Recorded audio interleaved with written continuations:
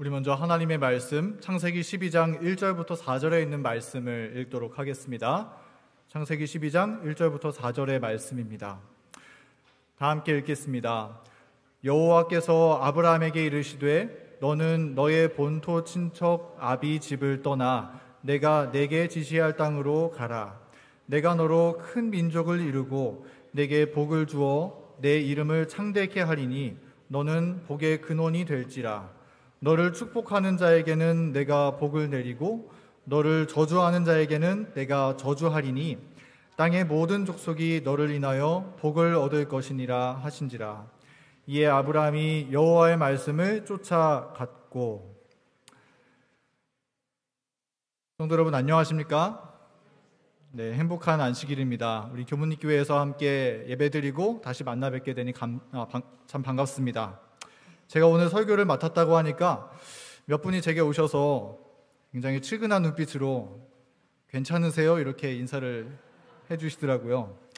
오늘 참 저도 긴장하는 마음으로 이곳에 올라왔습니다. 그러나 주님께서 이 육신의 연약함을 가려주시고 하나님의 은혜로 덮어주셔서 주님의 말씀 자체에서 흘러나오는 주님의 은혜와 감동이 나타나게 되기를 간절히 바랍니다. 오늘은 우리는 모두 하늘 나그네라는 제목으로 말씀을 나누도록 하겠습니다. 시작하면서 여러분은 어떻게 믿음을 시작하셨습니까? 어떻게 믿음을 출발하셨나요?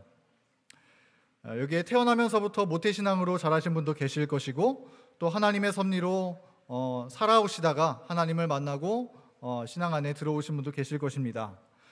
저는 시작이 좀 애매한 편이었습니다. 왜냐하면 어머니가 뱃속에 저를 가지고 계실 때는 교회에 다니셨는데 저를 낳고 나서는 교회에 다니지 않으셨기 때문입니다. 그래서 누가 물어보면 한 반 모태신앙입니다 라고 이렇게 대답을 하곤 합니다. 물론 저희 어머니는 지금 다시 신앙 회복하시고 열심히 교회 생활하고 계십니다. 그래서 저는 아주 어렸을 때에는 성경을 배우지 못했습니다. 그런데 부모님이 또 학교 보낼 때는 꼭 삼육교육을 보내고 싶다고 어릴 때부터 결심하고 계셨다고 하시더라고요. 그래서 정말 여차저차해서 초등학교 6학년 때 아무것도 모르고 교회에 가서 성경을 공부하고 침례를 받고 저기 서울삼육 중학교에 들어가게 되었습니다. 그리고 기숙사 생활을 하게 되었는데요. 당시 중학교 1학년 때 사진입니다. 누군지 알아보시겠죠? 네, 그리고 혹시 아는 얼굴이 좀 보이십니까? 여기 화면에 보시면 가운데 있는 게 저고 앞줄에 가운데 있는 게 저희 양성규 집사님 아들인 호승이입니다. 그리고 그 옆에 있는 친구가 저희 서울삼육고등학교 부목사로 있는 이소망 목사입니다. 저는 이렇게 좋은 친구들을 만나서 처음 신앙생활을 시작하게 되었습니다. 기숙사에 입소하는 날이었습니다. 이제 짐을 풀기 위해서 제가 배정받은 방에 들어갔는데 제 처음 룸메이트가 저 경상도 상주 시골촌에서 올라온 사투리를 쓰고 피부가 검은 친구였습니다. 지금 저기 이소망 목사인데요. 근데 그 친구가 저를 만나면서 뭐라고 얘기했었냐면 보통 처음 만나면 어떻습니까? 뭐 이름을 물어보든지 어디 사냐고 물어보죠. 근데 그런 얘기가 아니라 첫 문장이 첫 말이 나랑 같이 성경 볼래? 이러는 거예요. 조그만데 대단하죠.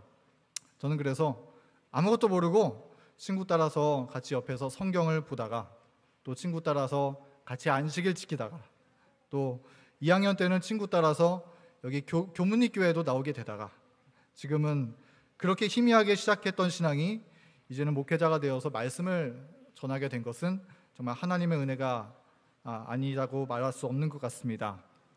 아마 여기 있는 우리 한 사람 한 사람 처음 신앙을 시작했을 때 이야기를 들어보면 아마 며칠을 보내야 할지 모르겠는데요. 그런데 오늘 창세기 12장의 본문을 읽어볼 때 아브라함이 그의 믿음을 어떻게 시작했다고 성경은 기록하고 있습니까? 그의 믿음은 어떻게 출발했었다고 성경은 말하고 있나요?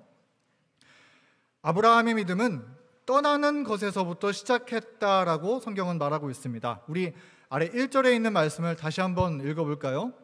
너는 너의 본토 친척 아비 집을 떠나 내가 내게 지시할 땅으로 가라. 가라는 거예요. 너희 본토, 즉 아브라함이 머물던 갈대아 우르를 떠나라고 말씀하시는 그 여호와 하나님의 말씀을 따라서 아브라함은 떠나는 일을 하는 데에서부터 그의 신앙을 시작하게 되었습니다. 그래서 아브라함의 삶은 그 시작부터 나그네로서의 삶을 살기 시작했던 것이죠. 이런 아브라함의 신앙을 보면 우리의 신앙도 마찬가지인 것 같습니다. 우리가 교회에 다니고 하나님의 기이하신 섭리로 인도하심을 받은 것은 참 하나님의 은혜입니다. 그러나 진정한 믿음의 출발은 우리의 믿음의 선조가 그랬던 것처럼 하나님의 명령을 따라서 떠나는 일을 하는 데에서부터 출발한다는 사실을 오늘 우리가 꼭 기억하게 되기를 간절히 바랍니다. 우리가 배어있는 본토를 떠나서, 우리가 속해 있는 갈대아 우르를 떠나서 하나님의 명령을 따라 하늘 가나안을 향해 진군하는 일을 통해서 우리의 신앙이 출발하게 된다는 사실을 오늘 꼭 기억하게 되기를 간절히 바랍니다.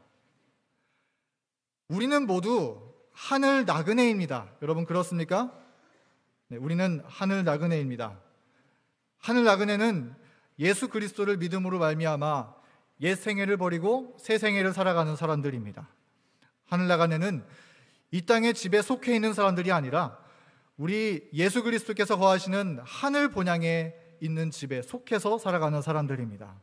우리 그러한 사실을 믿음으로 고백할 수 있습니까? 네, 고백하실 수 있으신가요? 네, 그렇다면 우리는 모두 아브라함처럼 하늘 나그네로 부르심을 받은 사람들입니다.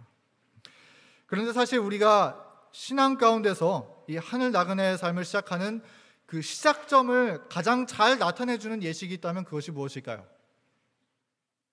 네, 침례식이죠. 이 땅을 위해 살던 나의 삶을 물속에 잠그고 이제 하나님의 나라를 위해 사는 삶으로 예수와 함께 다시 태어나는 예식, 침례야말로 하늘 나그네로서 살아가는 우리의 삶의 첫 번째 발걸음이 되는 것입니다. 오늘 우리 교회 4명의 학생들, 우리 도훈이, 또 도현이, 민재, 오빈이가 침례를 받고 예수 그리스도의 명령을 따라 하늘 가나안을 바라보며 앞으로 살기로 결심하게 되었습니다. 우리 친구도 어디 있나요? 밖에 나간 것 같습니다. 네, 아래에 있군요. 네, 침례를 잘 준비하고 있습니다. 여러분, 이 첫 발걸음을 응원해 주시고 또 기도해 주시고 또 많이 격려해 주시고 이렇게 시작한 믿음이 시간이 지나면서 잘 성장하고 또 우리 교회의 기둥이 되고 또 하늘에까지 나아갈 수 있도록 여러분 함께 기도해 주시기를 간절히 소망합니다. 그리고 오늘의 말씀이 이미 침례받고 다시 태어나서 하늘 나그네로 날마다 살아가고 있는 우리 모두에게도 믿음의 활력을 채워주는 말씀이 되기를 간절히 소망합니다. 하나님께서는 아브라함을 부르시고 그에게 떠나라고 명령하셨습니다. 그런데 아브라함이 떠나야 했던 곳은 어디였나요? 어디에서부터 떠나야 했습니까? 네, 우리 성경을 읽어보면 하나님께서 아브라함에게 가라고 명령하셨는데 아브라함은 2번에 걸쳐서 대이동을 하는 모습을 볼 수가 있습니다. 첫 번째는 창세기 11장 31절의 말씀을 따라서 갈대아 우르라는 곳을 떠나서 하란에 이르렀다고 말하고 있고, 그리고 그곳에서 아버지를 장사 지냈습니다. 그리고 그 이후에 다시 하나님께서 부르셔서 하란을 떠나서 가나안을 향해서 나아가게 되었습니다. 그러니까 아브라함은 갈대아 우르에서 모든 것을 버리고 다시 하란으로 떠났고, 또 하란에서 모든 것을 버리고 가나안으로 떠나는 이 2번에 걸친 대이동을 하게 되었었던 것이죠. 그리고 그것을 살펴봤을 때 첫 번째 갈대아 우르에서 주어진 명령은 조상과 친족을 떠나라는 명령이었고, 2번째 명령은 내 아버지의 집을 떠나라는 명령이었습니다. 이런 하나님의 말씀을 따르는 일이 아브라함에게 부담스럽지 않았을까요? 본토를 떠나고 심지어 아버지 집을 떠나라고 하신 하나님의 명령이 너무하다고 느껴지지 않았을까요? 그런데 성경은 이 2단계에 걸쳐서 떠나는 모든 과정이 다 여호와 하나님께서 이끌어주신 길이라고 설명하고 있다는 것입니다. 창세기 15장 7절의 말씀을 읽어보도록 하겠습니다. 또 그에게 이르시되 나는 이 땅을 내게 주어 업을 삼게 하려고 너를 갈대아 우르에서 이끌어낸 여호와로라. 아멘. 아브라함이 떠나고 떠나야 되는 그 쉽지 않은 모든 나그네 길을 여호와 하나님께서 책임지시고 인도하시고 인도하셨다고 성경은 말하고 있는 것이죠. 우리 교문립교회 성도 여러분, 우리는 우리의 신앙 여정 속에서 때때로 떠나야 할 것들이 있습니다. 우리의 삶에 버려야 할 것이 있고 포기해야 할 것이 있습니다. 손해를 감수해야 하는 일들이 있습니다. 그래서 성경은 이 길을 좁은 길이라고 말합니다. 그러나 우리가 떠나는 그 모든 과정 가운데 하나님께서 역사하시고 개입하셔서 인도하고 계시다는 것입니다. 그래서 이 길은 좁은 길이지만 행복한 길이고, 좁은 길이지만 가장 안전한 길이라는 사실을 우리는 확신하고 걸어갈 수 있습니다. 우리가 생각해보면 그렇습니다. 넓은 길을 걸어가는 사람이 보기에는 쉬워 보이고 안전해 보이는 것처럼 보이지만 사실상은 어려운 길입니다. 우리 세상에서 그냥 즐겁게 살고 세상에서 성공하면서 사는 것, 그것만 해도 참 얼마나 어렵습니까? 그러나 하나님을 믿고 따라가는 좁은 길은, 하늘 나그네의 삶은 사람의 눈에 보기에 약간 불안한 것처럼 보인다고 할지라도 거기 안에 행복이 있고 평안이 있고 안전이 있는 것입니다. 왜냐하면 그 길은 창조주 하나님께서 함께 하시는 길이기 때문인 것이죠. 우리에게 언제나 선한 길로 인도해 주시는 하나님께서 우리와 항상 함께 하십니다. 우리 교문교회 성도 여러분, 우리와 처음부터 끝까지 함께 하시고 인도해 주시는 우리 하나님, 그 과정마다 함께 하시는 자비로우신 주님을 우리 온 마음을 바쳐서 이제 아주 전적으로 의존하며 따라가게 되기를 간절히 바랍니다. 하나님께서 우리 하늘 나그네의 모든 여정길 가운데 개입하시고 함께 하십니다. 그것이 하나님의 약속이고 실제입니다. 그러나 그럼에도 불구하고 아브라함이 하나님의 뜻을 따라서 그의 본토를 떠나는 일은 결코 쉬운 일이 아니었습니다. 우리 그 이유에 대해서 두 가지 정도로 정리를 해볼 수 있겠는데요. 첫 번째는 무엇일까요? 첫 번째, 아브라함이 갈대아우르를 떠날 때 그의 나이는 몇 살이었다고 성경이 말하고 있죠? 팔팔한 청년의 나이가 아니라 75세의 할아버지 나이였다고 말하고 있습니다. 우리가 성경을 읽어보면 아브라함은 지금 우리가 살고 있는 나이보다 조금 더 오래 살았던 것을 압니다. 그러나 그럼에도 불구하고 75세의 나이는 결코 적은 나이가 아니죠.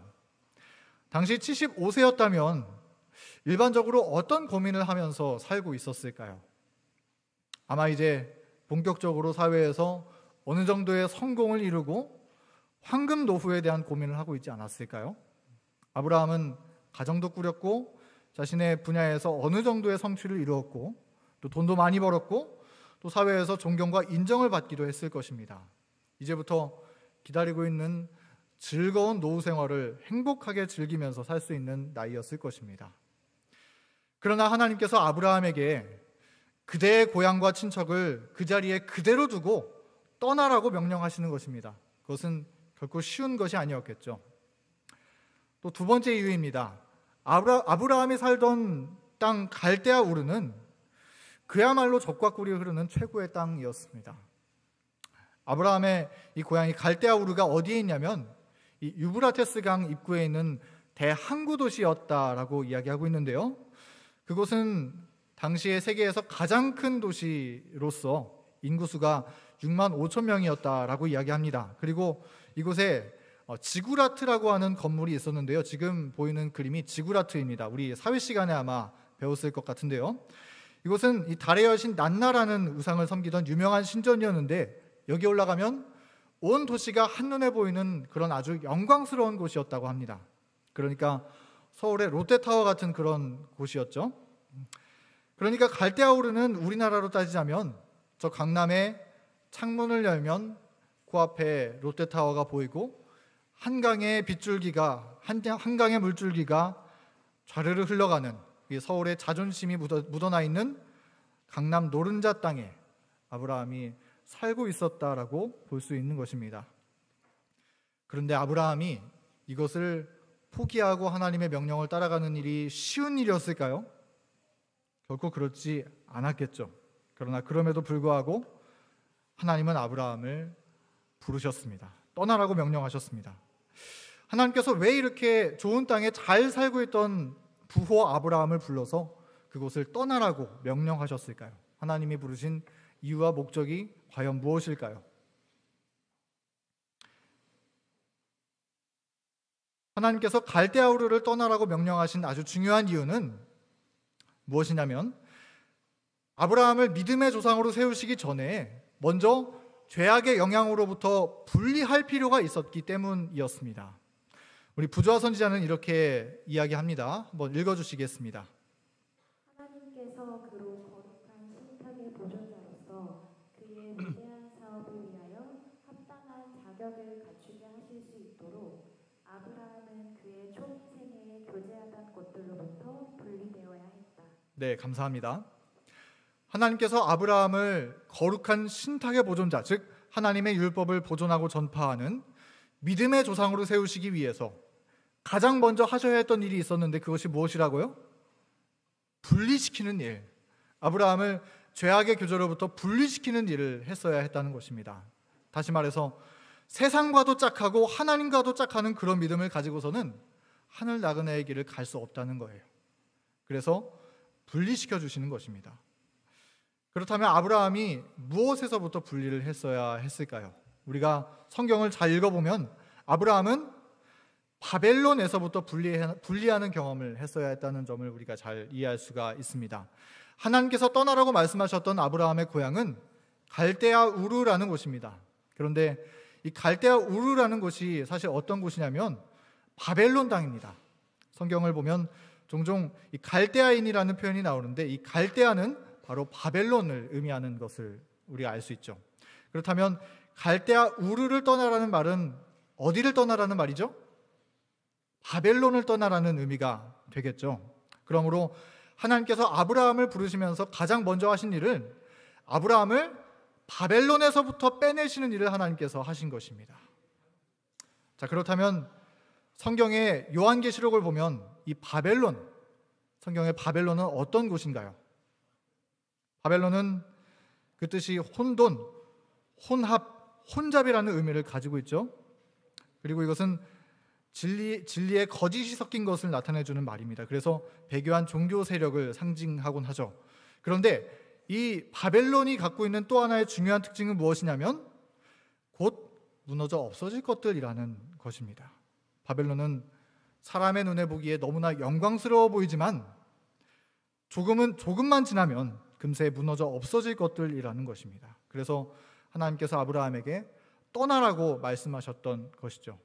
우리 교문교회 성도 여러분, 마지막 시대를 살고 있는 우리들도 이러한 아브라함과 똑같은 부르심을 받고 있습니까? 갈대아 우르를 떠나라는 부르심을 우리도 받고 있습니까? 네, 그렇습니다. 하나님이 갈대아 우르를 떠나라고 말씀하셨던 것처럼 오늘날 우리도 바벨론에서 떠나라고 명령하고 계신 하나님의 명령을 받고 있는 것입니다. 우리 그 말씀을 너무나 잘 알고 있지만 한 번 더 읽어볼까요? 네, 읽어주시기 바랍니다.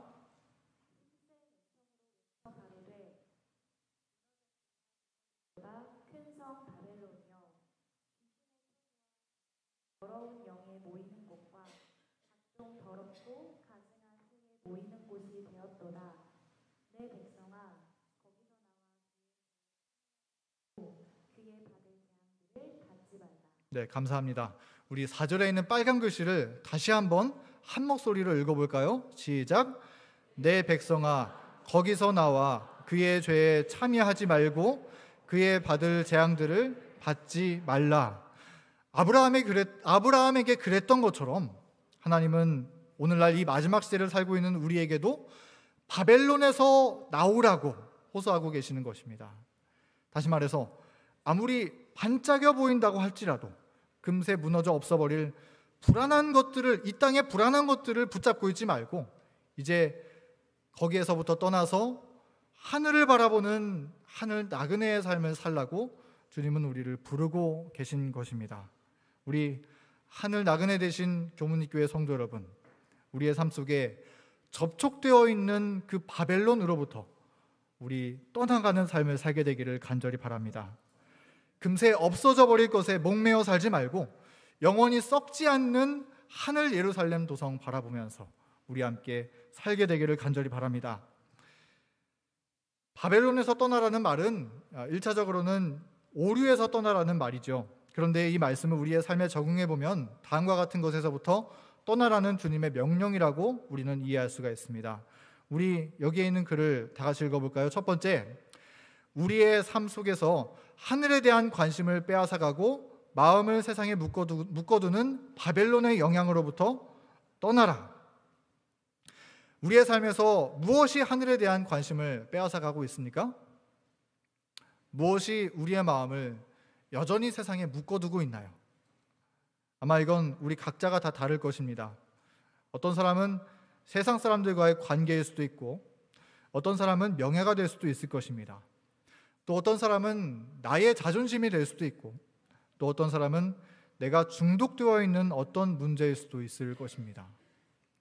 그러나 그것이 어떤 것이든 간에 우리의 발을 이 땅에 묶어두는 것이 있다면 하나님은 거기에서부터 떠나라고 말씀하고 있는 거예요. 하나님의 명령을 듣고 아브라함이 갈대아우르를 떠나갔던 것처럼 우리는 단호하게 떠나가게 되기를 간절히 바랍니다. 두 번째입니다. 두 번째 다 같이 한번 읽어볼까요? 내 안에 있는 바벨론의 영향으로부터 떠나라. 사실 중요한 것은 밖에 있는 것들보다 우리 안에 있는 바벨론의 영향에서부터 떠나가는 것이 중요합니다. 우리 작년에 이 창세기 교과 가운데 이런 대목이 있었는데요. 아브라함은 자기 안에 들어와 있던 바벨론의 영향을 버리고 떠나야 했다. 이 말씀을 보니까 하나님이 아브라함에게 떠나라고 말씀하신 바벨론, 그 떠나야 했던 곳이 뭐라는 거예요? 내 안에 있는 바벨론의 악한 영향들에서부터 떠나야 했다는 것이죠. 우리는 나를 높이고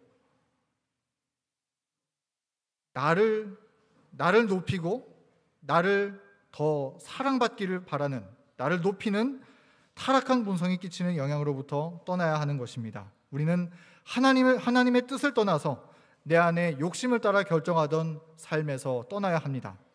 우리는 하나님의 말씀을 높이기보다 내 안에 있는 감정을 높이 세우던 정신에서부터 떠나야 합니다. 아브라함이 그랬던 것처럼 하늘 나그네는 그런 삶을 살아가는 사람들입니다. 오늘 우리에게 떠나라고 명령하시는 하나님의 음성에 우리 모두 아멘으로 순종하게 되기를 간절히 바랍니다. 그런데 우리는 다 잘 알고 있습니다. 이런 악한 바벨론의 영향을 떠나라는 것 다 맞는 말입니다. 우리 다 그렇게 해야 마땅합니다.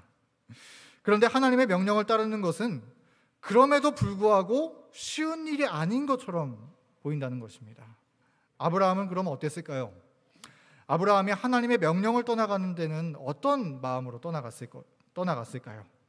아브라함의 순종은 억지로, 정말 어쩔 수 없기 때문에 떠나갔었던 순종이었을까요?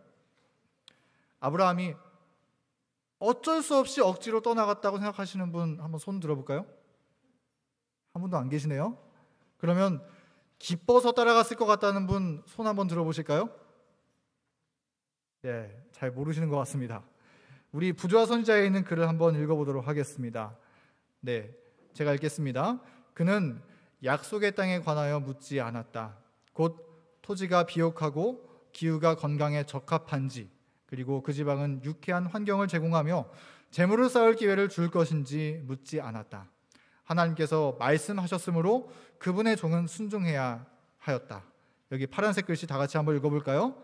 그에게 있어서 이 세상에서 가장 행복한 곳은 하나님께서 그로 있기를 원하시는 곳이었다. 아멘. 아브라함이 이 세상에서 가장 행복한 곳이 어디였다고 말하고 있는 것입니까? 하나님께서 그로 있기를 원하시는 곳이 가장 행복한 곳이라는 것이죠. 다시 말해서 도무지 갈 바를 알지 못하고 고향 땅을 떠나와서 졸지에 나그네 신세가 되어서 터벅터벅 길을 떠나가던 바로 그곳. 그러나 하나님께서 함께 하시던 그 나그네 길이 아브라함에게 있어서는 가장 행복한 곳이었다고 말하고 있는 것입니다. 그러므로 아브라함의 순종은 억지가 아니었습니다. 마지못해 가는 길이 아니었습니다. 누가 시켜서 가는 길이 아니었습니다. 만약 아브라함이 그렇게 했다면 그것은 믿음이 아니라 자기의 의이겠죠. 아브라함은 기뻐하는 마음으로, 행복한 표정으로, 자원하는 마음으로 하나님의 명령을 따라 순종했던 하늘 나그네였던 것입니다. 자, 그럼 아브라함이 어떻게 그렇게 기쁜 마음으로 그 무거운 하나님의 명령을 순종할 수 있었을까요? 우리 아브라함이 기뻐하면서 떠날 수 있었던 이유를 세 가지로 함께 살펴보도록 하겠습니다. 첫 번째는 단순합니다. 하나님이 주신 명령이었기 때문에 아브라함은 기뻐하면서 순종할 수 있었습니다. 우리 사랑하는 주님께서 말씀하셨기 때문에 그 말씀이면 그것이 무엇이든 기쁘게 순종하는 마음을 아브라함은 가지고 있었던 것입니다. 그런데 우리는 어떻습니까? 이런 아브라함의 순수한 믿음에 비해서 하나님 앞에 순종하기에 우리는 너무나 많은 조건들을 요구하는 것이 아닌가 모르겠습니다. 때때로 우리는 하나님께서 하라고 말씀하신 일을 감당하는 데 있어서 내 이익을 먼저 생각합니다. 내가 받을 축복을 먼저 생각합니다. 내가 받을 대우를 먼저 생각합니다. 그리고 이해되지 않으면 내가 왜 순종해야 합니까? 라고 묻고는 합니다. 아브라함의 신앙과 우리의 신앙을 비교해 놓고 보면 우리는 참 어떨 때는 약은 것 같아 보입니다. 우리 함께 하늘 나그네 되신 교문이교회 성도 여러분, 우리는 이제 다시 아브라함이 가졌던 순수한 믿음으로 돌아갔으면 좋겠습니다. 하나님이 말씀하시면 그것이 무엇이든 우리 사랑하시는 주님께서 말씀하셨기 때문에, 주님의 뜻이기 때문에 있는 그대로 순종할 줄 아는 그런 사랑스러운 믿음을 가진 우리 하늘 나그네 저와 여러분이 되었으면 좋겠습니다. 우리 두 번째는 아브라함은 예수 그리스도를 바라보았기 때문에 기뻐하며 순종할 수 있었습니다. 하나님의 명령은 그냥 맹목적으로 떠나라는 말만 하신 것이 아니었습니다. 떠나라는 명령과 함께 한 가지 약속이 주어졌는데 그 약속은 예수 그리스도에 대한 약속을 주님께서 주신 것이었습니다. 하나님은 우리 창세기의 말씀에 너는 복의 근원이 될지라, 또 땅의 모든 족속이 너를 인하여 복을 얻을 것이라고 말씀하셨는데, 이 말씀은 아브라함의 씨를 통해서 오실 예수 그리스도를 통해서 구원의 소식이 온 땅에 전파될 것을 주님께서 약속하셨다는 것이죠. 아브라함은 이 약속을 이해했습니다. 그리고 그것이 정말 진리라면 이 씨를 통해서 예수 그리스도께서 오시고 온 땅에 구원의 소식이 전파될 것이라면, 그리고 그 일에 하나님의 부르심을 따라 참여하게 된다면 내가 쥐고 있는 모든 것을 포기해도 기뻐할 수 있는 엄청난 가치가 있는 것임을 아브라함은 확신했던 것입니다. 우리 교문이교회 가족 여러분, 우리도 우리를 위해 십자가에 달리신 예수 그리스도를 바라본다면 하나님의 말씀을 위해 헌신하고 희생하는 것이 그렇게 무겁게 느껴지지 않을 것입니다. 예수를 바라보기 때문에 기쁜 마음으로, 자원하는 마음으로 드리는 순종, 우리도 늘 그런 마음으로 주님을 순종하며 즐겨 따라가게 되기를 간절히 바랍니다. 우리 세 번째는 아브라함은 땅 가나안이 아닌 하늘 가나안에 대한 약속을 믿었기 때문에 아브라함은 기쁨으로 순종할 수 있었습니다. 아브라함은 하나님의 명령을 따라서 약속의 땅 가나안을 향해 나아갔습니다. 그런데 사실 아브라함이 진정으로 바랐던 것은 땅 가나안보다는 하늘 가나안에 그의 소망을 두었던 것입니다. 우리 히브리서 11장 8절부터 10절에 있는 말씀을 한번 읽어주시기 바랍니다. 믿음으로 아브라함은 부르심을 받았을 때에 순종하여 자기 기업으로 받을 땅에 나갈 때 발달을 알지 못하고 나갔으며, 또 저가 외방에 있는 것 같이 약속하신 땅에 우거하여 동일한 약속을 유업으로 함께 받은 이삭과 야곱으로 더불어 장막에 거하였으니 이는 하나님의 경영하시고 지으실 터가 있는 성을 바랐습니다. 아멘. 이 말씀은 아브라함의 소망이 어디에 있었는지를 잘 나타내주는 말씀입니다. 첫 번째로 이 장막과 터라고 하는 단어가 이 말씀 가운데 나왔는데요. 이 말씀을 보면 아브라함은 물론 가나안 땅을 얻었습니다. 가나안 땅에 가서 살았습니다. 그런데 가나안 땅에서 어디에 살았었나요? 아파트에 들어가서 입주해 살았습니까? 아니면 아름다운 전원주택 짓고 살았습니까? 성경은 아브라함이 장막에 거하였다라고 이야기하고 있습니다. 장막은 텐트죠.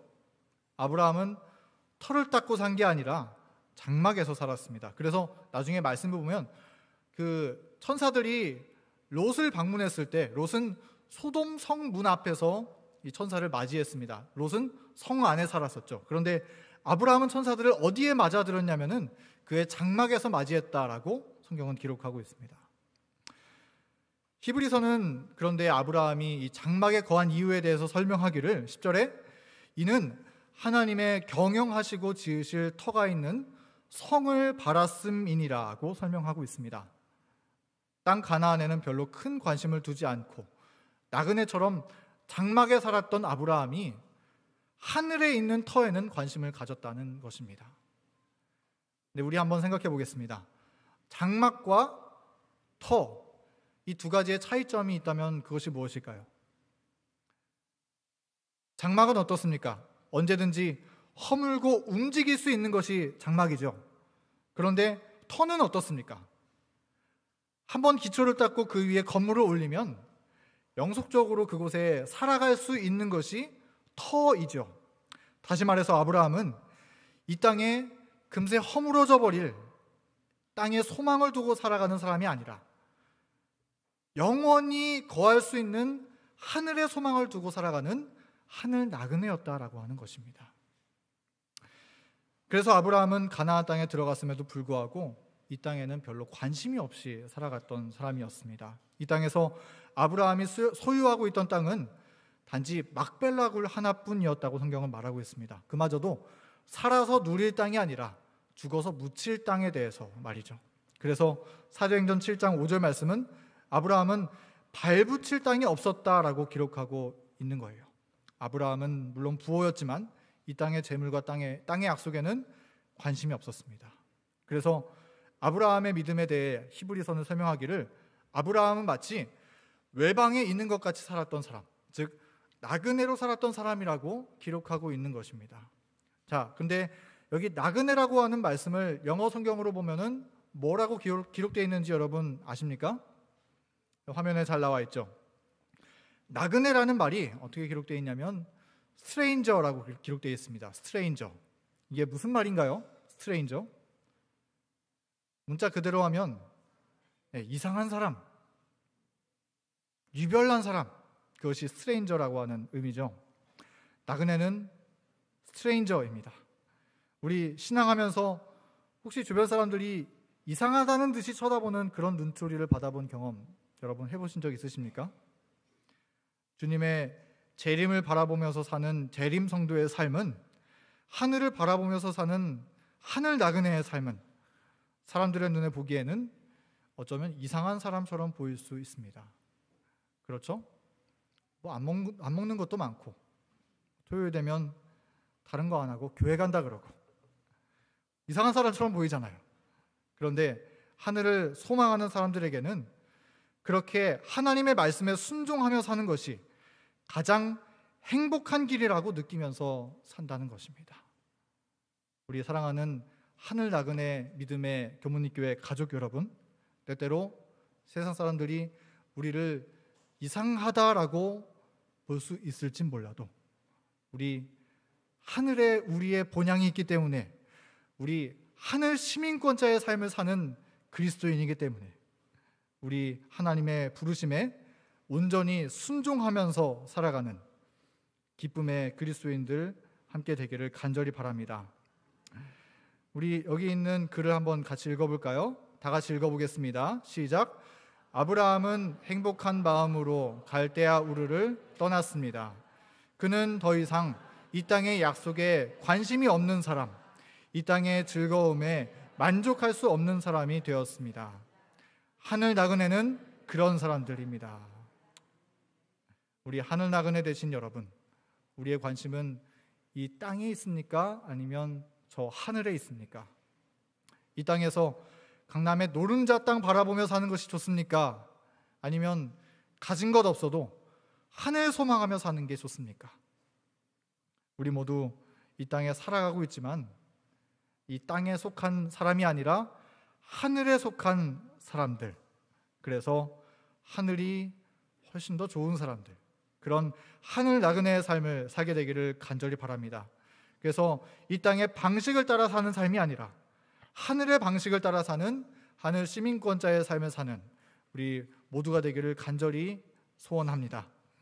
오늘 이 말씀을 정리하면서 한 가지 이야기를 드리고 말씀을 줄이겠습니다.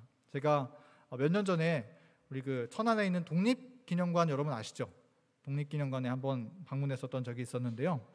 거기에 보면 일본의 압제에 맞서서 이 독립운동가들이 어떤 정신으로 독립운동에 참여했었는지 그 일기장이나 뭐 회고록이나 그런 기록들이 쭉 나열되어 있는 그런 길이 있더라고요. 거기에서 한 가지 글이 제 마음 가운데 너무 뭉클해서 제가 사진을 찍어 왔는데요. 거기 이 글의 주인공은 독립운동가 장지락이라고 하는 분이십니다. 이분은 김산이라는 이름으로도 알려져 있는 독립운동가인데요. 이분은 독립운동을 하면서 가명만 무려 15개를 사용했다라고 합니다.